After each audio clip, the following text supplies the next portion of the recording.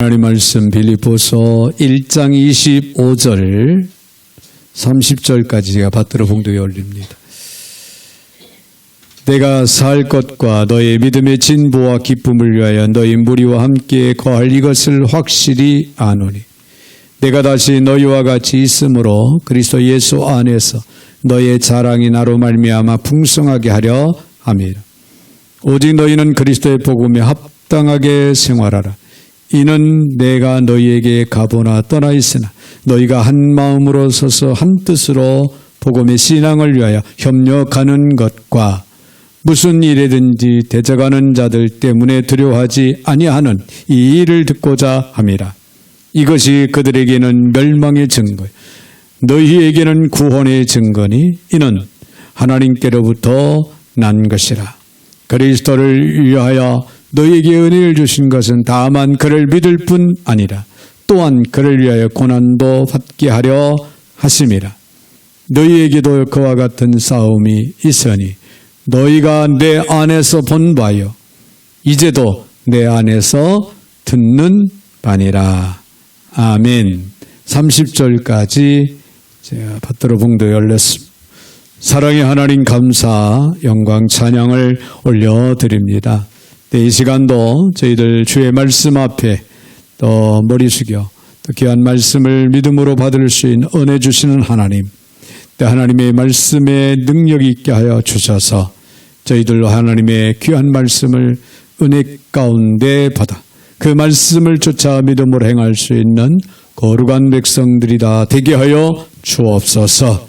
오늘도 부족한 종의 입술을 주관하시고 사용하시되 우리 하나님 홀로 영광을 받아 주옵소서. 예수님의 이름으로 기도하옵나이다. 아멘. 아멘. 할렐루야. 우리 한번 옆에 분들하고 인사하겠습니다. 인사하실 때 믿음의 진보는 아름답습니다. 그렇게 인사하겠습니다.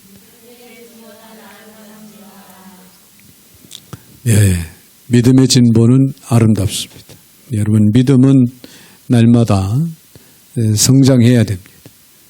네, 우리의 신앙은 날마다 전진하는 그런 신앙인이 되어야 됩니다.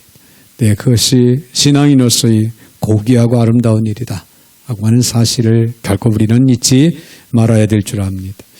네, 일찍이 고 김알란 박사, 네, 우리나라 최초의 여성 대학 졸업생이었고 또한 최초의 여성 철학 박사 학위를 받은 분이었고 일제강령의 강점기에 기독교 최고의 여성 지도자였다.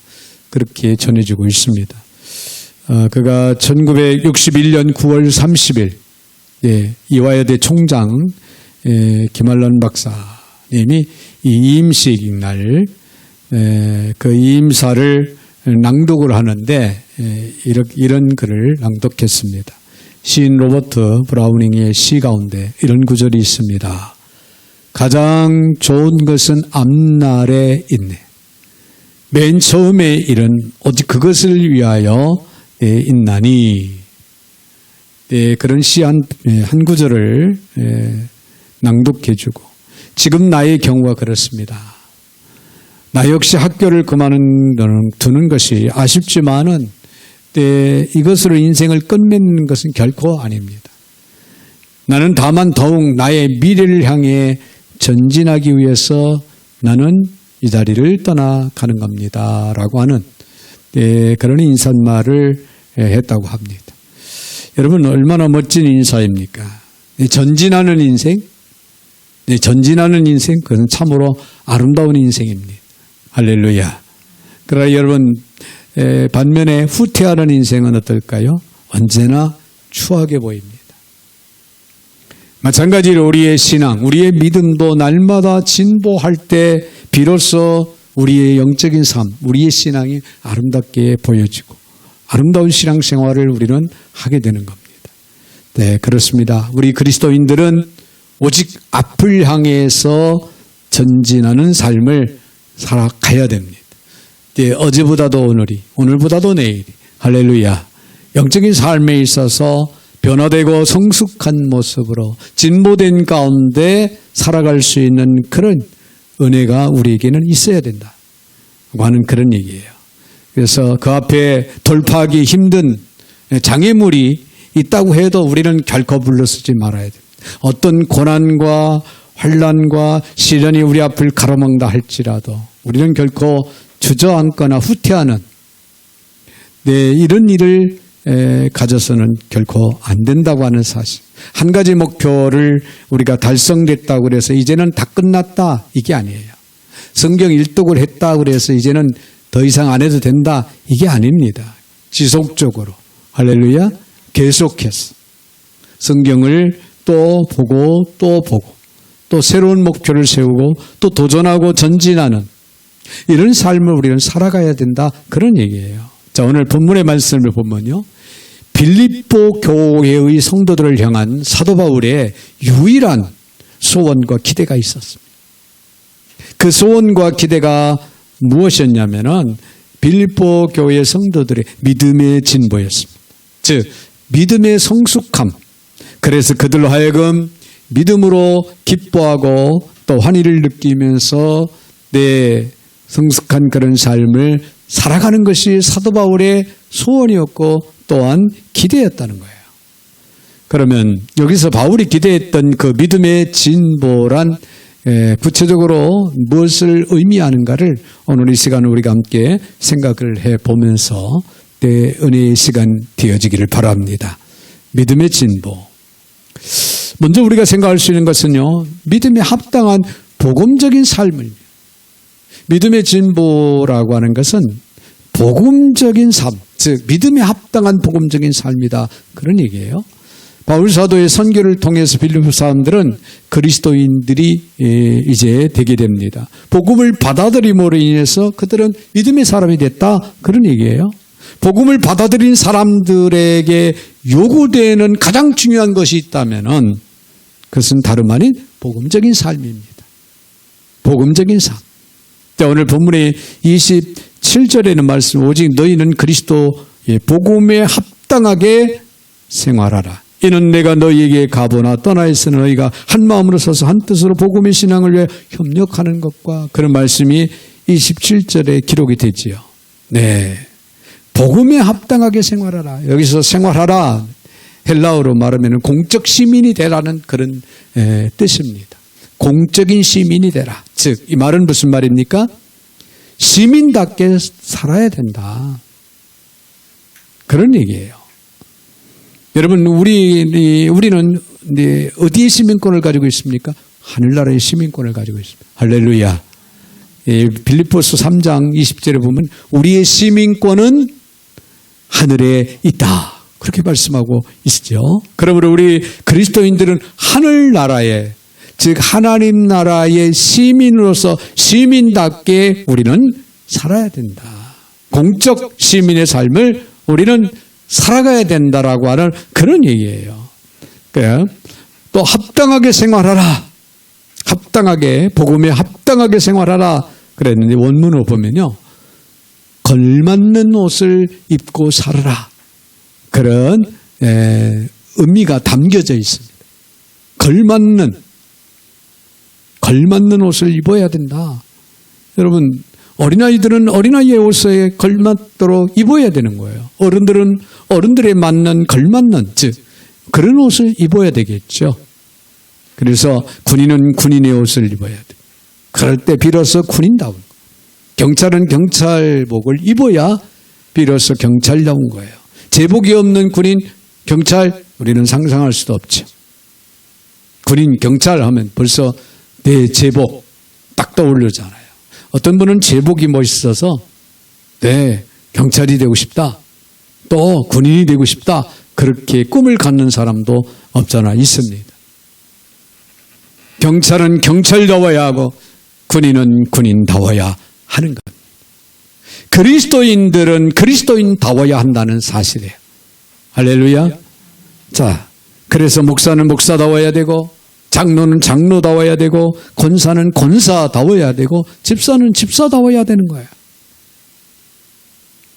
그렇다면 복음에 합당한 생활, 곧 천국 시민으로서 합당한 생활이란 어떤 생활일까요? 좀 더 구체적으로 생각을 해보면요. 천국 시민으로서 복음에 합당한 그런 생활을 하는 것은요, 복음 진리를 믿음으로 행하는 거예요. 진리의 성경의 말씀을 날마다 믿음으로 행할 수 있는 삶을 우리는 살아가야 된다는 거예요. 믿음으로 생각하고, 믿음으로 고백하고 선포하고, 믿음으로 행동할 수 있는 이런 삶이 바로 복음적인 생활을 하는 삶이다, 그런 얘기예요. 여러분, 동물은요, 본능으로 살고, 불신자들은 이성으로 살고, 우리 그리스도인들은 믿음으로 산다는 거. 여러분 기억하시길 바랍니다.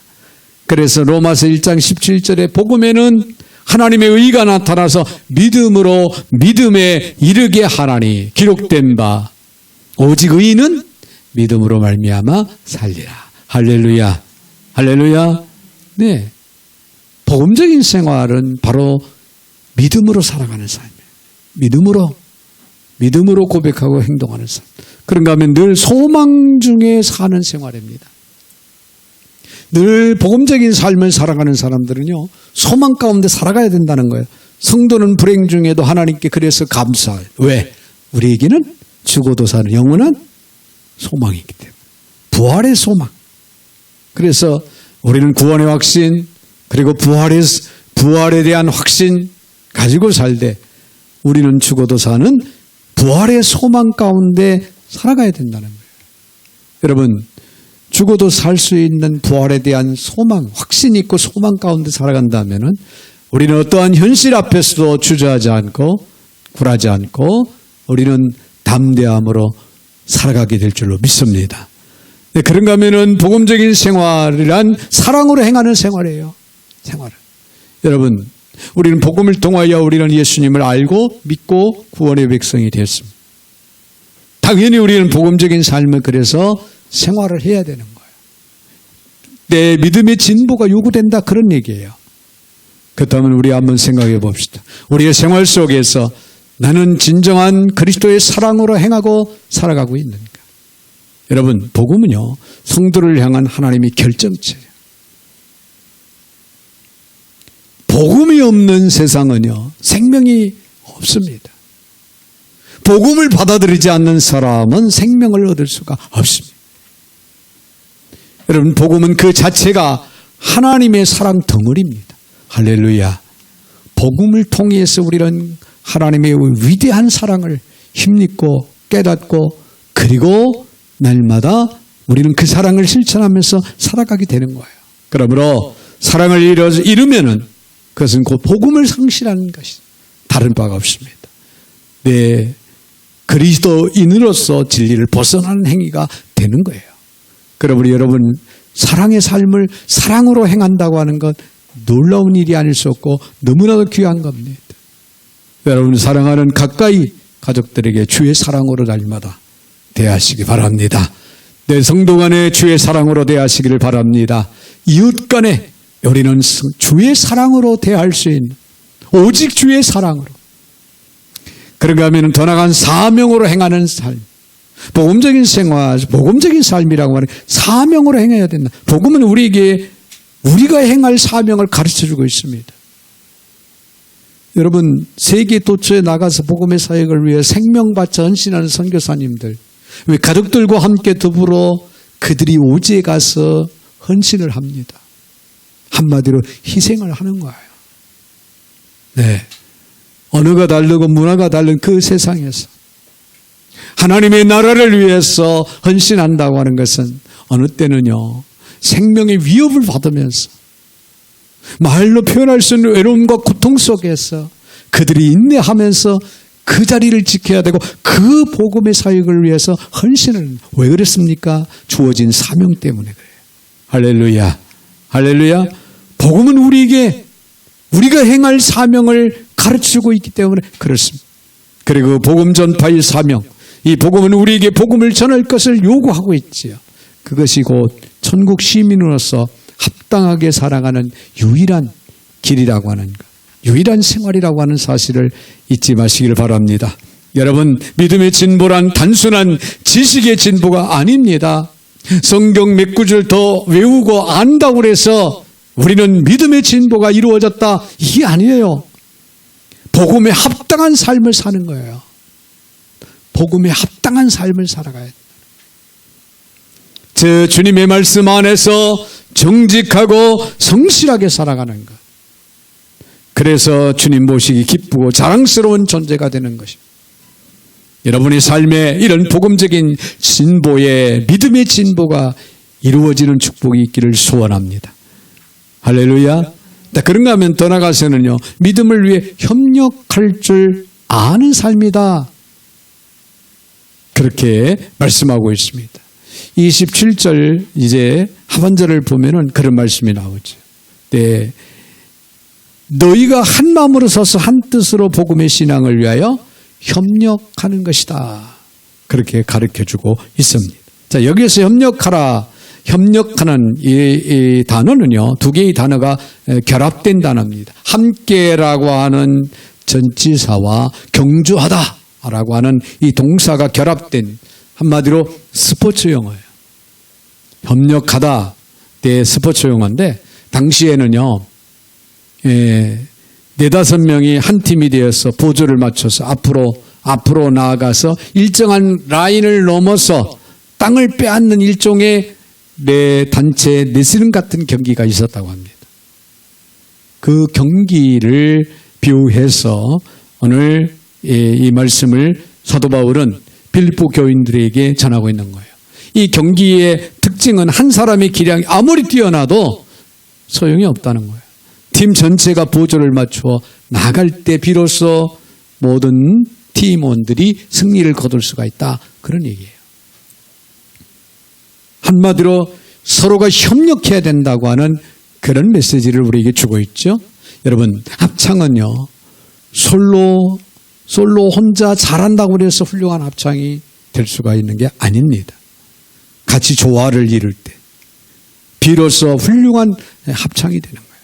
우리는 복음의 신앙을 위해서 얼마나 협력하는 삶을 우리는 살아가고 있는가를 이 시간 우리는 우리 자신을 돌아봐야 됩니다. 하나님 나라를 위해서 영적인 싸움에서 솔로는 영원히 용납되지 않습니다. 우리는 더불어입니다. 협력하는 겁니다. 할렐루야. 협력해서 함께 하나님의 나라를 세우기 위해서 힘써야 되고, 협력해서 하나님의 복음이 땅 끝까지 증거되기를 위해서 우리는 힘써야 됩니다. 하나님의 뜻이 이 땅에 이루어지기를 위해서 우리가 서로 협력해야 된다. 그런 얘기예요. 여러분, 천국 가는 길은 누구든지 개인적으로 예수 그리스도를 구주로 믿고 성령으로 거듭나야 돼요. 이것은 가족이나 부모의 신앙 덕에 저절로 되는 게 아니에요. 부모가 신앙생활 잘한다고 해서 나는 덤으로 나는 천국 간다? 이건 아니라는 거예요. 개인 한 사람 한 사람이 주님을 만나야 돼요. 어린아이든 어른이든 주님을 만날 때 비로소 주님을 바로 영접하게 될 것이고, 영접하는 자, 믿고 시인하는 자가 곧 천국 백성이 되는 줄로 믿습니다. 할렐루야. 그렇지만 그리스도인으로서 신앙생활은 다른 성도들과 더불어 함께 협력하면서 살아가야 되는 거예요. 독불장군이 없습니다. 그리고 영적인 고아도 없습니다. 교회는 마치 우리의 몸과 손과 발이 서로 협력하고 머리와 몸의 각 지체가 협력하는 것처럼 상호의 존재예요. 성도들 각자의 주어진 위치에서 서로가 받은 은사를 통해서 또 최선을 다하는 가운데 협력해서 그리스도의 몸을 세워가는 거예요. 이게 복음적인 삶을 살아가는 게, 이게 바로 믿음의 진보를 이룰 수 있는 유일한 길이 된다. 그런 얘기예요. 할렐루야. 할렐루야. 네, 그렇습니다. 네, 하나님의 교회와 주의 영광을 위해서 그리스도 안에서 우리가 서로 협력할 때 비로소 아름다운 결과를 이룰 수가 있고, 또 하나님의 큰 영광이 드러날 수가 있습니다. 오늘 저와 여러분은 아름다운 협력자로 살아가는 지혜가 있어지기를 바랍니다. 교회사에 나타난 모든 영웅들은요, 자신만의 뛰어난 은사를 가지고 혼자 뛰었던 사람들이 결코 아닙니다. 더불어입니다. 그들은 하나님의 백성들과 함께 복음을 위해 함께 살았다는 사실이에요. 마치 사도 바울의 위대한 복음 사역 뒤에는요, 누가 있었냐면 협력자들이 있었어요. 우리가 잘 아는 바나바, 마가, 실라, 디모데, 누가, 그리고 두기고, 아리스타고, 데마, 아키포와 같은 함께 협력했던 동역자들이 있었기 때문에 로마를 중심으로 소아시아에 많은 복음을 사도 바울은 전할 수 있었고 하나님의 나라를 확장시켜 나갔다고 하는 사실. 그들의 협력자들을 보면요, 누가 같은 사람 대표적이잖아요. 의사였잖아요. 사도 바울의 건강을 위해서 옆에서 지켜보면서, 실라 같은 사람은 함께 복음을 전하다가 옥에 함께 갇히기도 하고 함께 그 외로움과 고통을 함께 나누었던, 네, 그렇습니다. 두기고나 아리스고다고 이런 사람들 어때요? 네, 바울의 잔잔한 심부름들, 아주 작은 것부터 큰 것에 이르기까지 심부름을 하는 그런 협력자였습니다. 대신 편지를 전달해주고 소식을 전해 가지고 오는 이런 일들을 맡아서 했고, 바나바 같은 사람 어떻습니까? 네, 동역자였어요. 함께 영역으로 동역하고 또 물질로 동역하면서, 네, 사도 바울의 복음의 사역을 도왔던 협력자. 자, 이들은 하나같이 자신의 야망을 포기하고 자신의 아집을 버린 사람들이었어요. 하나님의 나라를 위해서, 복음을 위해서 믿음의 진보를 이루었던 즉 협력자들이었다라고 하는 사실. 이제 우리들도 그리스도의 몸된 교회의 한 지체로서 자신의 야망을 포기하고 그리스도의 몸을 온전히 세우기 위해서 겸손한 지체가 되어 다른 지체들과 함께 주님을 높이고 함께 하나님의 나라를 세우고 복음의 신앙을 위해서 협력해 나아갈 수 있는 그런 저와 여러분들이 되셔야 될 줄로 믿습니다. 할렐루야. 더 나아가 한 가지 더 생각할 수 있는 것은요, 믿음으로 고난을 감수할 줄 알아야 된다는 거예요. 믿음으로 고난을 감수하라. 바울은 자신이 예수를 믿을 수 있었던 것은 정녕 은혜라고 고백하고 있습니다. 에베소 2장 8절에 있는 말씀을 보면은 너희는 그 은혜에 의하여 믿음으로 말미암아 구원을 받았으니 이것은 너희에게서 난 것이 아니요 하나님의 선물이라. 할렐루야. 그러나 바울의 고백은 여기에서 끝나지 않습니다. 오늘 본문에 29절에 있는 말씀을 봅니다. 오늘 본문 29절에 그리스도를 위하여 너희에게 은혜를 주신 것은 다만 그를 믿을 뿐 아니라 또한 그를 위하여 고난도 받게 하려 하심이라. 할렐루야. 자, 구원은 하나님의 은혜로 우리가 구원을 받지만은 그 은혜를 받은 것으로 끝나지 않고 우리는 함께 고난도 받게 하려 하심이라 라고 그렇게 말하고 있습니다. 자, 30절에서는 또 이럽니다. 너희에게도 이와 그와 같은 싸움이 있으니 너희가 내 안에서 본 바 이제도 내 안에서 듣는 바니라. 바울은 지금 전도하다가 붙들려서 감옥에 들어가 있는 그런 상황입니다. 복음을 위해서 고난을 받는 거죠. 근데 이것이 바울은 뭐라고 그랬어요? 싸움으로, 영적인 싸움으로 이야기를 하고 있습니다. 즉 영적인 싸움을 지금 싸우고 있다, 그런 얘기예요. 은혜로, 하나님의 은혜로 구원받은 백성들이 감당해야 할 또 한 가지는 고난인데, 즉 영적 싸움, 영적 싸움을 우리는 싸워 이겨나가야 된다, 그런 얘기예요. 할렐루야. 자, 은혜로 구원을 받았지만은 이 땅에 살아가는 동안에 우리는 영적인 싸움에 우리는 수없이 도전을 합니다. 오늘도 알게 모르게 크고 작은 영적인 싸움 속에서 우리는 살아가는데 그 영적인 싸움에서 우리는 이겨야 됩니다. 싸워 이겨야 됩니다. 할렐루야. 복음을 위한 싸움, 이것은 바울 사도만의 싸움이 아니라는 거예요. 우리 모두가 싸워야 할 싸움입니다. 여러분이 복음을 듣고 예수님을 통해서 구원을 받았다면 이제 이 복음 때문에 고난까지도 받을 감수를 하고 살아가야 된다는 거예요. 특별히 성도들은 그리스도의 군사로 선한 싸움을 싸워야 됩니다. 자, 우리가 구체적으로 몇 가지 생각해 본다면 우리는 무엇과 싸워야 될까요? 사탄과 싸워야 돼요. 공중문세를 잡은 악의 영들, 지금도 삼킬 자를 두루두루 찾고 다니고 있다는 거예요. 여러분, 우리가 깨어있지 않으면 악의 영들은 어느새 우리를 향해서 공격해 온다는 거예요. 네, 사탄은 그리스도의 원수이자 우리의 최대의 원수라는 것. 이거는 대적하고 물리쳐야 된다. 할렐루야. 싸워 이겨야 된다는 거예요. 또 복음의 대적들과 싸워야 됩니다. 복음의 대적들은 뭡니까? 복음의 진리를 전하는 걸 가로막는 자들, 방해하는 자들. 네, 우리는 복음의 대적들을 향해서 우리는 싸워나가야 돼요. 복음의 진리를 훼손시키면 안 되는 거예요. 교회와 성도들의 생명력을 빼앗으려고 혈안이 되어 있는 이단들, 세속적인 사람들, 악의 영들 얼마나 이 세상에는 많이 널려 있습니다. 그들과 우리는 싸워서 이겨나가야 돼요. 그리고 자신의 육체의 소욕과 싸워야 됩니다. 우리의 육체의 소욕은 생명을, 성령을 거스린다고 성경은 말하고 있습니다. 성령의 열매 대신 온갖 더러운 육체의 악한 열매를 맺게 하는 육체의 소욕과 우리는 싸워 나가야 돼요.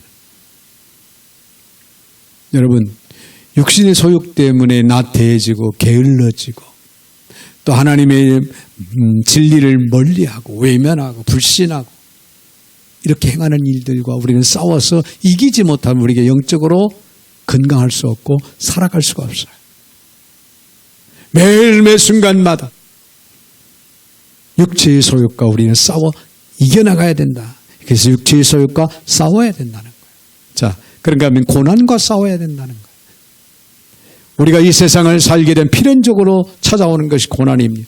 예수 믿는 것 때문에, 신앙생활하는 것 때문에 당하는 여러 가지 환경, 상황, 현실 속에 부딪혀 오는 크고 작은 그런 어려움들. 일종의 우리는 고난으로 비유할 때 여러분 그런 고난과 우리는 싸워 이겨나가야 된다는 거예요. 할렐루야. 고난을 두려워하지 말고 회피하지 마세요. 물리치세요. 담대함으로 믿음으로 싸워 이겨나가야 됩니다. 결코 우리가 여기에서 물러서면 영적인 삶의 포기가 됩니다. 실패가 되고 만다. 그런 얘기예요. 그래서 우리는 고난과 싸워 이겨나가야 됩니다. 당시에요, 로마 군인들에게 주어진 최대의 찬사는 고난이나 두려움을 모르는 담대함. 예, 로마 군인들에게 주어진 그런 찬사가 뭐냐? 두려움을 모르는 것. 로마 군대 내에서는요, 최선을 다하고도 패배한 경우에는 용서를 받는데요. 최선을 다했는데 패배했어. 실패했어. 그래서 용서를 받는. 그런데 전쟁터에서 비겁하게 처신하는 사람들 용납하지 않는다. 자신의 모든 것을 걸고 전진하는 것, 이것은 로마 군인들의 명예였습니다. 그들은 쓰러져 상처를 입고 돌아와도 여전히 그들은 영웅이었다는 거예요. 그래서 그런 얘기가 있잖아요. 2차 대전이 끝난 후에 영국 군인들이 고국으로 개선 행진을 하며 돌아오는 날 육군, 해군, 공군, 해병대가 지나가고 맨 마지막에 한 작은 부대가 지나가는데 영국 여왕이 벌떡 일었어. 그리고 귀족들이 따라서 일었습니다. 모든 시민들이 벌떡 다 일어나서 그들을 환호하며 박수를 칩니다. 그들은 눈, 팔다리가 없어서 목발을 딛고 휠체어를 타고 지나가는 상위군인들이었어요. 그들이 개성행렬의 스타들이었다는 거예요. 영웅들이었다, 그런 얘기예요. 여러분, 이 땅에서의 모든 삶이 끝나고 역사의 주인 되신 살아계신 하나님 앞에 서는 날, 여러분 과연 누가 스타일까요? 누가 영웅일까요?